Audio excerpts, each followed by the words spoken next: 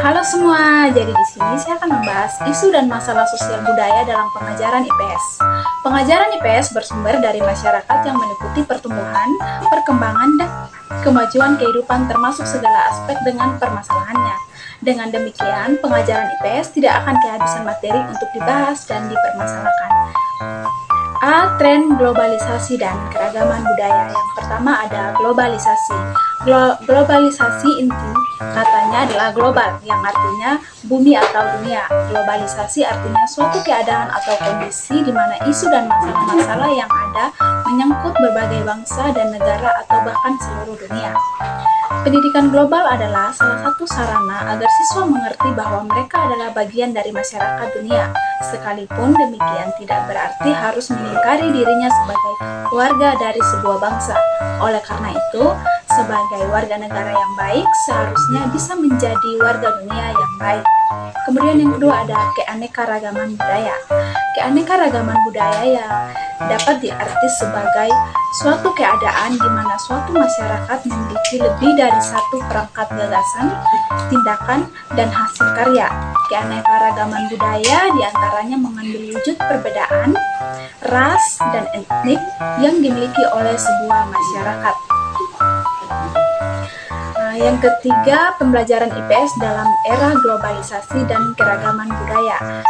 Fungsi pengajaran IPS antara lain membantu para siswa untuk mengembangkan kemampuan pemahaman terhadap diri pribadinya, menolong mereka untuk mampu mengetahui dan menghargai masyarakat global dengan keanekaragaman budayanya, memperkenalkan proses sosialisasi, memberikan pengertian tentang pentingnya mempertimbangkan masa lampau dan masa kini dalam mengambil keputusan untuk masa yang akan datang, dan berpartisipasi dalam aktivitas di masyarakat.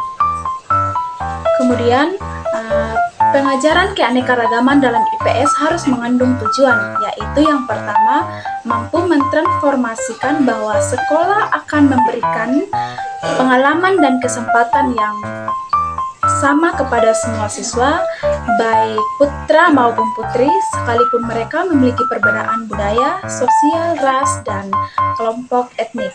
Kemudian, tujuan yang kedua, membimbing para siswa untuk mengembangkan sikap-sikap positif dalam mendekati masalah perbedaan budaya, ras, etnik, dan kelompok agama.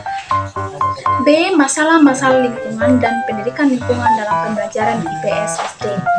Manusia dalam kehidupannya, baik secara individu maupun kelompok, tidak bisa dilepaskan dari lingkungan sekitar di mana ia hidup.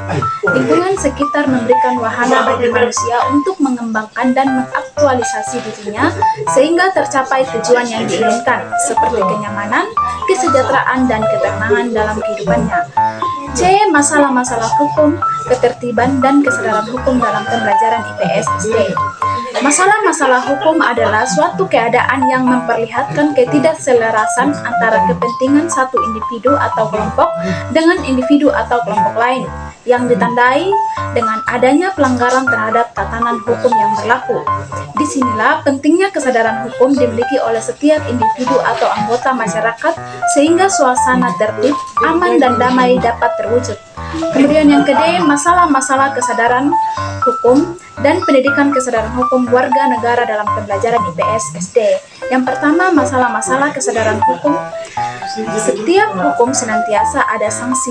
Biasanya bentuk hukum seperti ini adalah hukum tertulis atau hukum positif. Contohnya peraturan lalu lintas, peraturan di sekolah, peraturan ketatanegaraan. Hukum tersebut sudah memiliki kebakuan yang sangat mutlak. Dengan adanya hukum yang mengikat, bagi setiap anggota masyarakat harus memiliki kesadaran hukum. Kesadaran hukum ini yang dimaksud adalah dia mengetahui mana yang boleh dia lakukan dan mana yang tidak boleh dia lakukan menurut dasar hukum yang telah digariskan.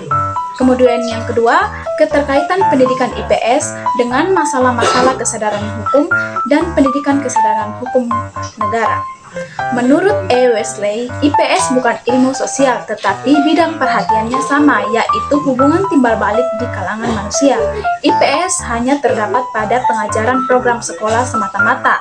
Ilmu-ilmu sosial dipolakan untuk menggambarkan human knowledge melalui penelitian, penemuan, eksperimen, dan sebagainya, dengan materi dan permasalahan yang kompleks. Kemudian, yang terakhir atau E, pluralisme budaya dan keanekaragaman etnis dalam pendidikan IPS SD. Pelajaran IPS akan sangat menarik jika para siswa didorong mengenali berbagai perbedaan di antara mereka, tetapi tanpa melupakan kesamaan dan kebersamaan sebagai anggota kelas tersebut. Dalam masyarakat memiliki keanekaragaman budaya, timbul berbagai masalah dan isu di antaranya adalah pembaharuan, prasangka dan etnokentrisme yang dapat melahirkan superioritas dan inferioritas. Dua hal yang terakhir sebenarnya lebih bersifat bagian yang tak terpisahkan dari proses pembaruan atau asimilasi. Sekian materi yang dapat saya bagi.